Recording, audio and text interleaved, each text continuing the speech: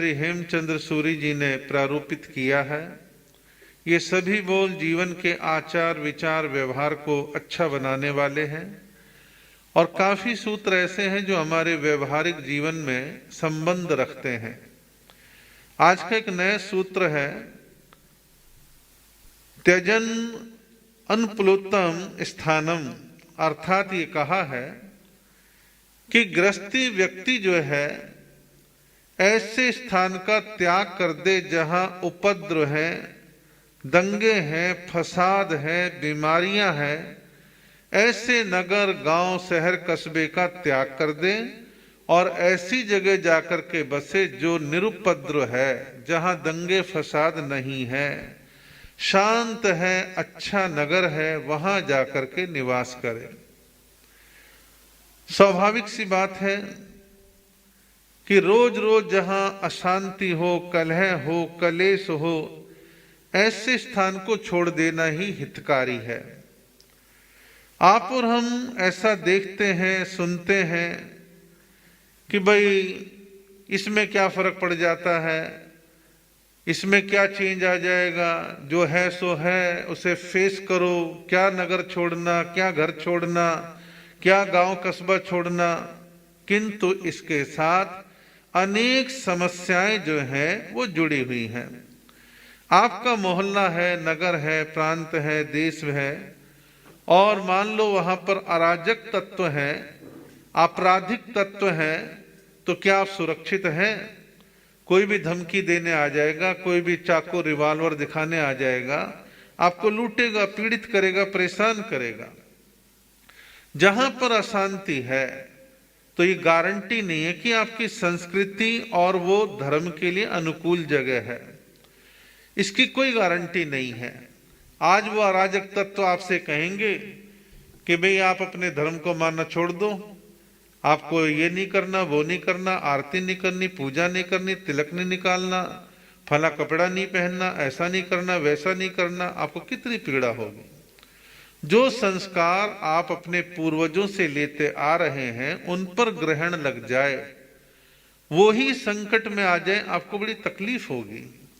कोई आपकी संस्कृति को नष्ट कर रहा है। संस्कृति सबकी अपनी अपनी है। यूं एक संस्कृति पूरे संपूर्ण देश की, राष्ट्र की होती है और राज्यों की भी अपने कुछ तौर तरीके होते हैं। लेकिन आप जिस धर्म मत परंपरा के मानने वाले हो, उस पर कोई चोट मारना प्रारंभ कर दे तो क्या स्थिति बनेगी? आपको बड़ी कचोट होगी। और ऐसे ऐसे लोग इतिहास के अंदर हुए हैं, उन्होंने मरना पसंद किया लेकिन अपने धर्म और संस्कृति का उन्होंने त्याग नहीं करा। और ऐसा आप और हम खूब देखते हैं, महसूस करते हैं पूरे देश और दुनिया के अंदर।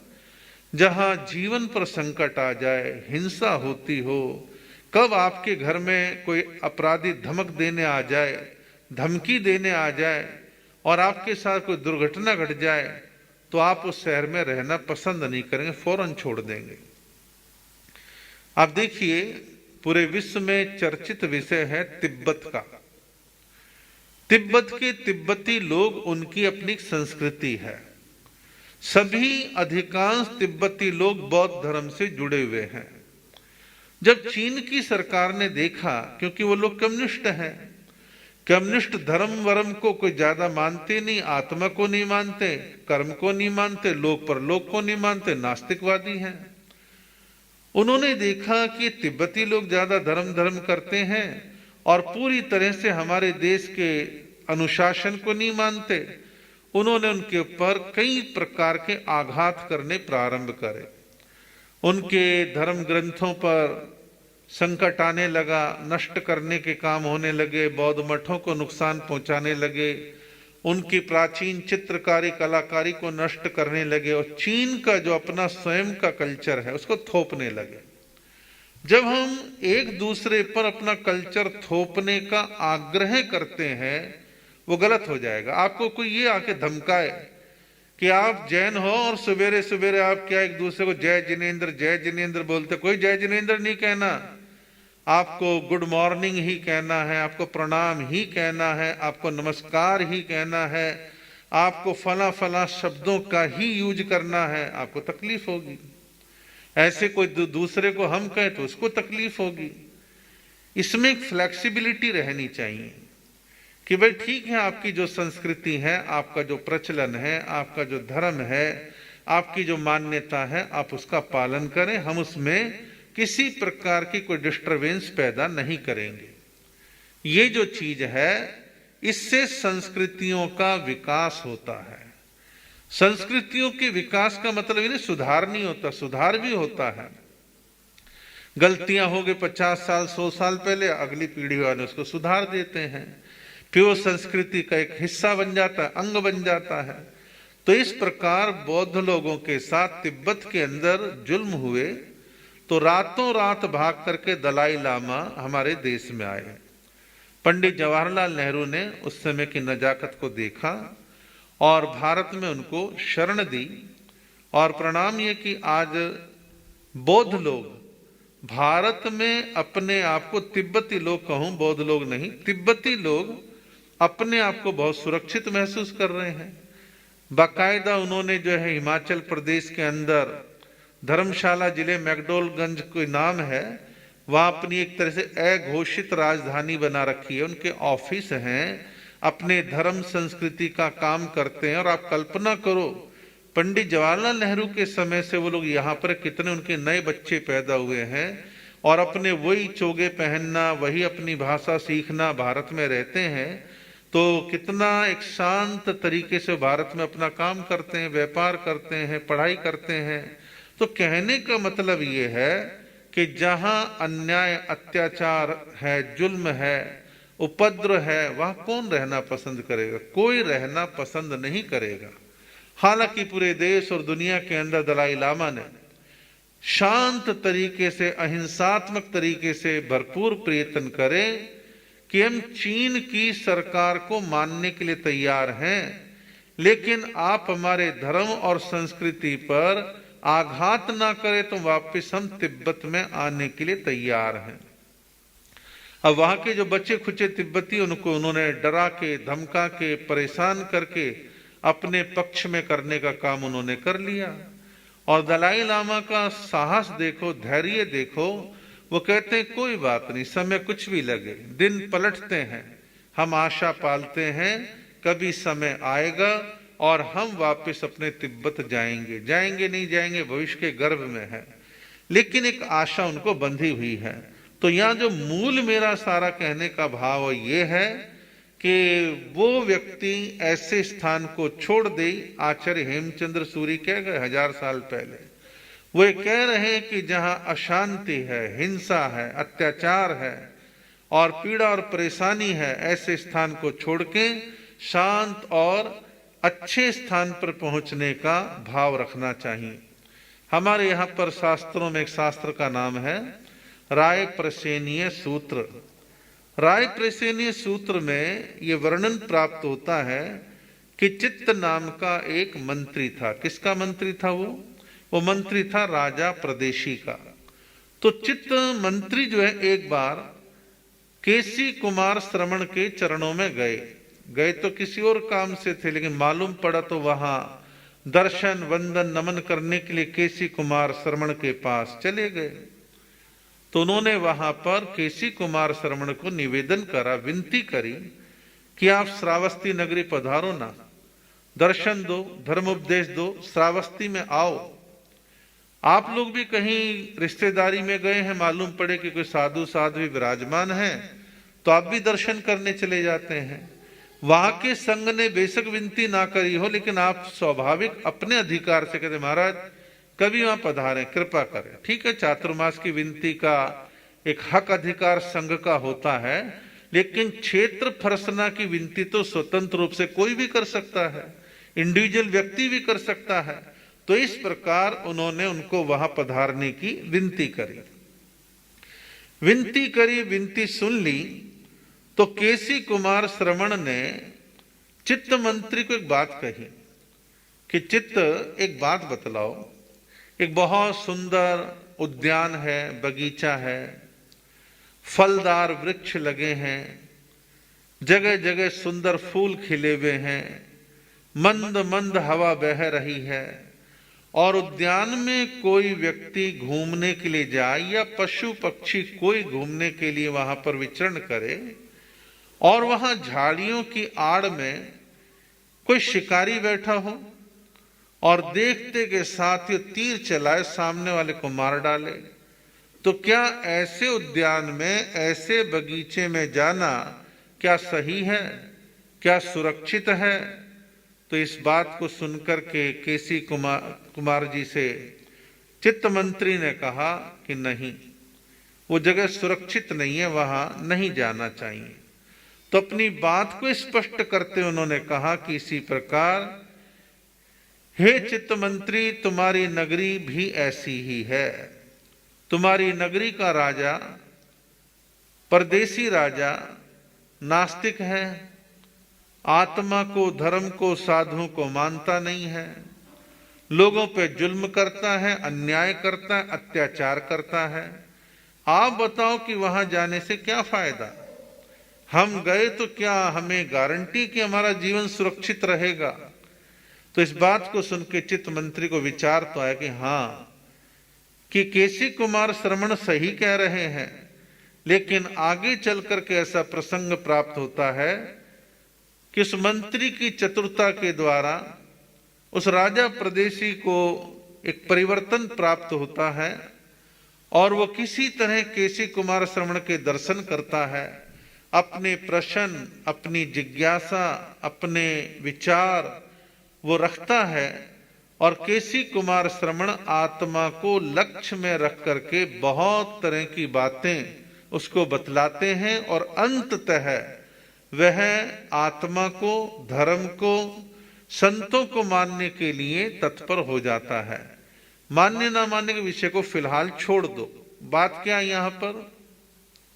केसी कुमार श्रमण ये कह रहे कि जहां अशांति है, जहां मारधाड़ है, जहां का राजा क्रूर है, ऐसे स्थान पर जाने का कोई मतलब नहीं है। देश या दुनिया में कहीं पर दंगे फसाद ज्यादा होते हैं या दो देशों के युद्ध होता हो और आपसे कोई कहे वहां चला जा, आप कहो कितना ही पैसा दे दे, मैं तो जाता नहीं भाई, जान प्यारी है और जान बची है तो सब कुछ है, लेकिन मैं पैसे के लालच में भी नहीं जाऊंगा क्योंकि वहां जीवन सुरक्षित नहीं है। हमारे अपने देश में भी कई राज्यों में भारत की आजादी के बाद ऐसा हुआ है। जम्मू कश्मीर, जम्मू को छोड़ दो, कश्मीर की बात करते हैं। कश्मीर में मूल वहां के निवासी कश्मीरी ब्राह्मण, वहां की संस्कृति का अभिन्न अंग, जिन्होंने ज्ञान, शिक्षा, संस्कृति के विकास के अंदर अभूतपूर्व योगदान दिया और लास्ट टाइम तक वहां के राजा, हिंदू राजा, राजा हरि सिंह, उससे पहले के बहुत राजा हुए हैं जो सभी हिंदू थे, संपन्न थे और कश्मीरी ब्राह्मण बड़े टैलेंटेड, समझदार, एक अच्छी कौम मानी जाती रही है। तो एक समय ऐसा आता है भारत की आजादी के बाद कि धीरे धीरे कश्मीरी ब्राह्मणों को पीड़ित, परेशान करना प्रारंभ किया। चुन चुन करके कश्मीरी ब्राह्मणों को मारना प्रारंभ किया।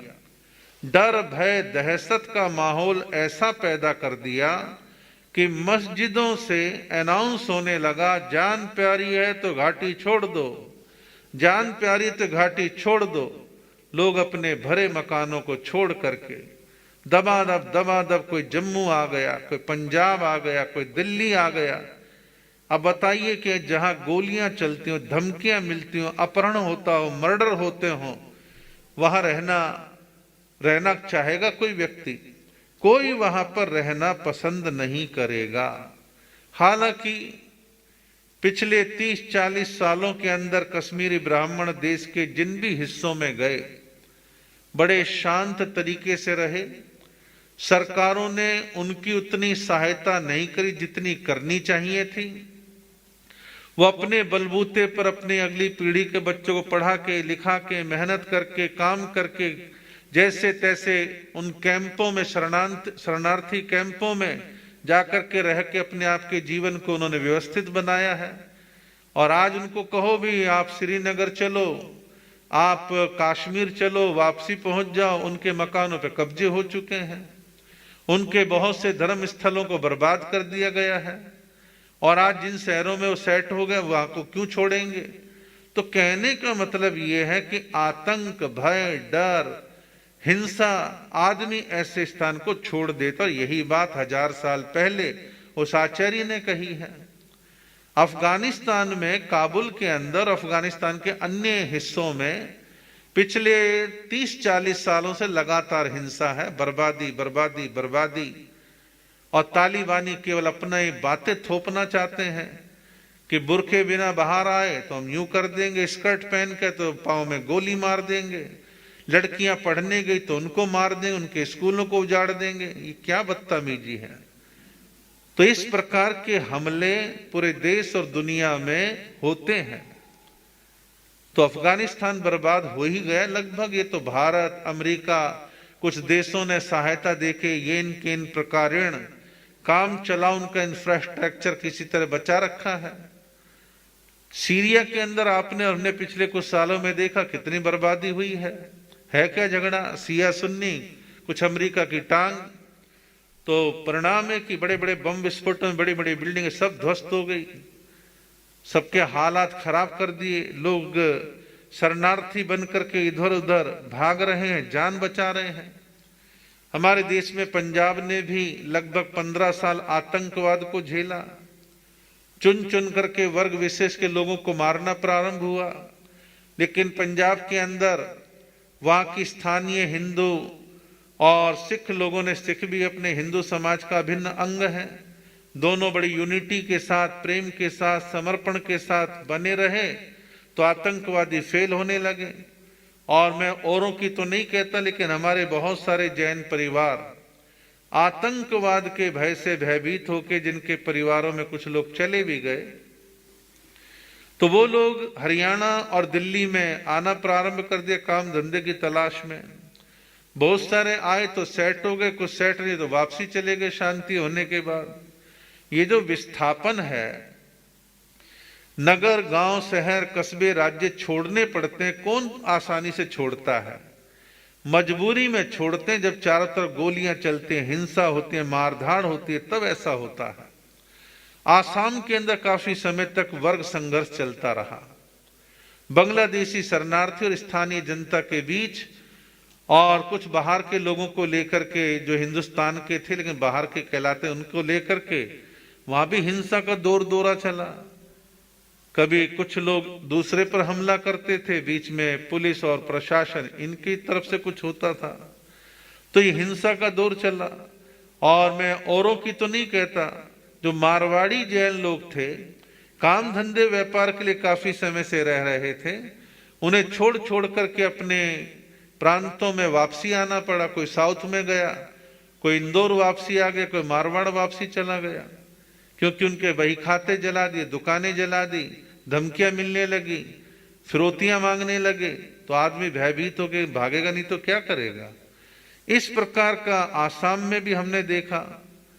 बांग्लादेश में भी एक दौर था, वहां भी कुछ ऐसा ही हुआ। आज का बांग्लादेश और आज का पाकिस्तान, ये दोनों एक थे सन 1971 तक समझ लीजिए। तो वहां के इलेक्शनों में एक हारा एक जीता, हारने वाले को हार मंजूर नहीं थी। उसने मिलिट्री को पक्ष में लेके गोलीबारी करी और बांग्लादेशियों को पीड़ित करा। परिणाम यह कि हजारों लाखों शरणार्थी भारत में भी आए और बांग्लादेश में तो मर ही रहे थे बेचारे। यहाँ इंदिरा गांधी का शासन था, प्रधानमंत्री शरण दे दी, और शरण देने के बाद समझौते हो गए, काफी चले गए, काफी यहां रह गए। कुछ शासन व्यवस्थाएं ढीली रही, कुछ इन बातों पर उस समय ज्यादा गौर नहीं किया जाता था। तो परिणाम कहने का ये है कि अशांत प्रदेश में कौन रहना पसंद करता है, और जहां लगातार हिंसा, आतंकवाद रहता है, ये ध्यान रखना। वहां की नई पीढ़ी और बुजुर्ग लोग, बच्चों को छोड़ दो, ये निरंतर भयभीत रहते हैं और धीरे धीरे डिप्रेशन के शिकार हो जाते हैं। वहां तो मिलिट्री और पुलिस वाली ड्यूटी देते देते टेंशन में डिप्रेस हो जाते हैं, कब कहां से गोली आएगी। तो आज कश्मीर में बहुत सारे युवक जो है डिप्रेशन के शिकार हैं। तो कहने का मतलब ये है, ये सब समस्याएं हैं। और उस आचार्य ने जो कहा है, आचार्य हेमचंद्र सूरी जी ने, वो यही कहा है कि जहां अशांति है, हिंसा है, भय का वातावरण है, ऐसे स्थान को छोड़ करके चले जाओ। और आप इसको दूसरे रूप में भी देखें, किसी संघ समाज के अंदर, मंदिर स्थानक के अंदर रोजाना संघ में कलेश चलता रहता हो, एक दूसरे को नीचा दिखाने का काम चलता रहता हो, अहंकार की लड़ाई चलती हो, कोर्ट कचहरी होते हो, तो धीरे धीरे साधु सती बाईपास होना प्रारंभ कर देते हैं। ऐसे क्षेत्रों में साधु साधुआं आना पसंद नहीं करते हैं, चातुर्मास करना पसंद नहीं करते हैं।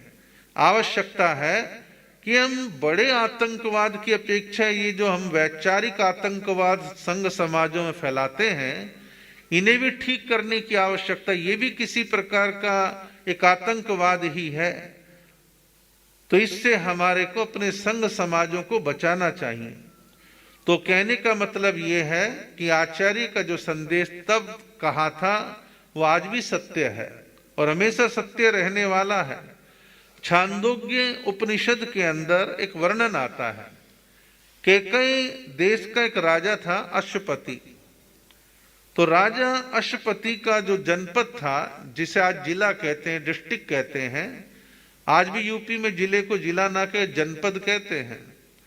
तो जो जिला था, जनपद था, तो बड़ा आदर्श जनपद कहलाता था कि भैया शांति है, अमन चैन है और सब बड़ी मर्यादाओं में रहते हैं, ईमानदार हैं, दुर्व्यसनों से दूर हैं। ऐसे जिले को आदर्श जिला मानते थे। और आज तो आदर्श गांव का एक ही परिभाषा है कि भाई पानी पहुंच गए, बिजली पहुंच गई और गांव के अंदर कुछ स्कूल वगैरह बन गए तो आदर्श गांव कहलाता है। मलमूत्र के लिए खुली जगह बंद हो गई, टॉयलेट में जाने लग गए तो आदर्श गांव हो गया। चाहे वहां के लोग चोर हो, उचक्के हो, चाकूबाज हो, उसको आदर्श में नहीं गिना। नई परिभाषाएं बन रही हैं।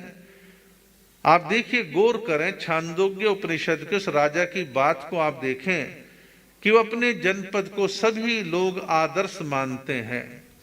तो राजा अश्वपति को मालूम पड़ा कि ऋषियों का, मुनियों का एक टोला मेरे राज्य के बाहर बाहर कहीं अन्यत्र जाने का सोच रहे हैं, विहार कर रहे हैं, जा रहे हैं, ऐसा सोचा।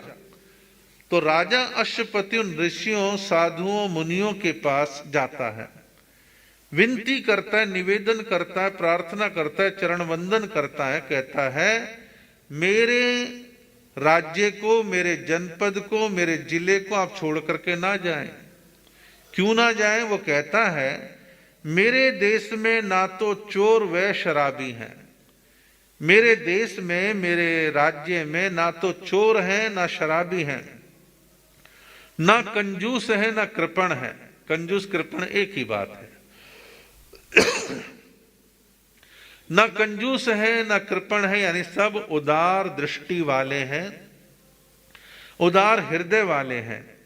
और वो आगे कहता है ना कोई मूर्ख है और ना कोई अपने कर्तव्यों को त्यागने वाला है। यानी मेरी आम जनता जो है बुद्धिमान है, मूर्ख नहीं है, समझदार है, विवेकशील है और अपने कर्तव्यों का पालन करने वाले लोग मेरे यहां पर रहते हैं। और मेरी नगरी के समस्त स्त्री पुरुष दुराचार, व्यभिचार, व्यसनों से बहुत दूर हैं। ये एक अच्छी परिभाषा किसी भी राज्य नगर की कि लोग व्यसनों से दूर हैं, जिम्मेदारी का एहसास करते हैं। हमारे देश में सरकारें हर साल कहती हैं कि भाई सर्दी आएगी, पॉल्यूशन बढ़ता है, आप कूड़ा ना जलाएं, कचरा ना जलाएं, प्लास्टिक ना जलाएं, टायर ना जलाएं, सर्दी भगाने के और तरीके अपनाएं। लेकिन देश के मूर्ख नागरिक की गलतियां हर साल बार बार दोहराते हैं और वो जहरीला धुआं सबके फेफड़ों में जाता है, सबका स्वास्थ्य चौपट होता है, लोगों को कई प्रकार की तकलीफें होती हैं। तो ये क्या संस्कार है? और हम अपने हाथों अपने देश, गांव, नगर, राज्यों और खेड़ों के अंदर गंदगी के ढेर स्वयं लगाते हैं। सफाई कर्मचारी अपनी जिम्मेदारी कर्तव्यों का पालन नहीं करते हैं, तो ऐसे देश के हालात कैसे सुधरेंगे। हम अपने कर्तव्यों को जाने, जिम्मेदारी का एहसास करें, तो वो राजा उन ऋषियों मुनियों को विनती कर रहा है कि मेरा नगर, मेरा जनपद आदर्श है और जो मैंने गुण बतलाए हैं वो मेरे नगर में विद्यमान है। कई बार हमारे पास कुछ लोग चातुर्मास और शेखे काल की विनती करने आते हैं, महाराज इतनी सामयिक डेली हो जाती है, हमारे यहाँ पर प्रवचन में इतने लोग आ जाते हैं। लोग बड़े उदार दृष्टि के हैं, दान पुण्य करने में पीछे नहीं हटते हैं, संतों की सेवा भक्ति करते हैं। तो ऐसे गुणों को सुन के साधु जन भी प्रभावित होकर मन ना भी हो तो आने के लिए मन बना लेते हैं। और क्षेत्र में रूखापन हो, कहा कुछ निकला कुछ, तो वो भी महसूस करते हैं यार लोगों ने फंसा दिया, मीठे बन के ले आए। तो इस प्रकार की स्थिति जो है उचित नहीं है। तो कहने का मतलब यह कि व्यक्ति व्यक्ति से समाज का निर्माण होता है। व्यक्ति सुधरता है तो समाज और राष्ट्र सुधरता है। व्यक्ति एक इकाई है और इकाई ठीक ठाक है तो फिर कोई समस्या वाली बात नहीं है। उत्तर प्रदेश के कुछ जिले पूरे देश और दुनिया में फेमस हैं। मेरठ और मुजफ्फरनगर जिला जो पश्चिमी उत्तर प्रदेश में आता है, दिन दहाड़े डकैती, दिन दहाड़े मर्डर, कोई तो रात को करता है दिन में कर देते हैं, दिन दहाड़े मर्डर, अपहरण कर लेना और 20 लाख 50 लाख 1 करोड़ तक मांगना। किसी के बच्चे को उठा लिया, देखा अच्छा व्यापारी है, लाला है, नेता है, पैसे मिल जाएंगे, तो ऐसा काम करते हैं। और ऐसे ही आगे जब चलते हैं, यूपी के अंदर जो बिहार को टच करता हुआ एरिया है, मिर्जापुर और गोरखपुर, तो मिर्जापुर और गोरखपुर ये भी बड़े बदनाम जिले हैं। सेम मेरठ और मुजफ्फरनगर की तरह वहां भी ऐसी स्थितियां हैं। वहां भी लूट खसोट, अपहरण, मर्डर, इस तरह की आम घटनाएं लगातार सतत चलती रहती हैं। यहां तक कि उन अपराधियों से पुलिस वाले भी डरते हैं। उनके गांव, उनके मोहल्ले में जाते हुए डरते हैं कि वहां गए तो जिंदा बच के नहीं आएंगे। पुलिस तक डरती है, यानी इतना आतंक है अपराधियों का। आम जनता क्यों रहती है? दबे दबे रहेंगे, हाँ में हाँ मिलाएंगे, मुखबरी नहीं करेंगे तो जिंदा रहोगे। उन्हें शंका होगी कि पुलिस को खबर इसने दी है तो आपका मर्डर कर देंगे। इतना भय पैदा करने वाले जिले हैं। और वहां के वर्तमान मुख्यमंत्री आदित्यनाथ योगी ने टिट फॉर टैट वाला फार्मूला अपनाया, जैसे को तैसा। हालांकि प्रशासन, कानून परमिशन नहीं देता। वो कहता अपराधी है तो क्या हुआ, जिंदा पकड़ो, कोर्ट में सिद्ध करो। पुलिस वाले और नेता इस बात को समझते हैं कि सबूत कहां से लाएंगे, तब तक तो छूट जाएगा, भाग जाएगा, कुछ भी हो जाए हमें ही मार देगा। तो वहां एक शब्द बड़ा आजकल सब जगह पूरे दुनिया में फेमस है, एनकाउंटर, कि अपराधी को बीच रास्ते में खुला छोड़ दो, भागेगा, स्वाभाविक बात है, भागे तो गोली मार दो। और गोली आगे से मत मारो, पीछे से मारो, और टांग पे मत मारो, जहां हार्ट है, दिल है, पेट है, वहां मारो। ऐसा करते हैं वो लोग। खैर जो भी है, हम एनकाउंटर को सही गलत देने का फैसला नहीं कर रहे। हम ये कह रहे हैं कि आचार्य ने जो कहा कि जहां ऐसा मार धाड़, हिंसा, अपहरण, लूट खसोट, व्यभिचार है, तो वहां सज्जन भला आदमी लंबे समय तक नहीं रहेगा। वो शांत स्थान की ओर जाने का प्रयास करेगा। और उपद्रव की क्या क्या परिभाषा है, इनके बारे में आगे चर्चा करने का भाव रहेगा।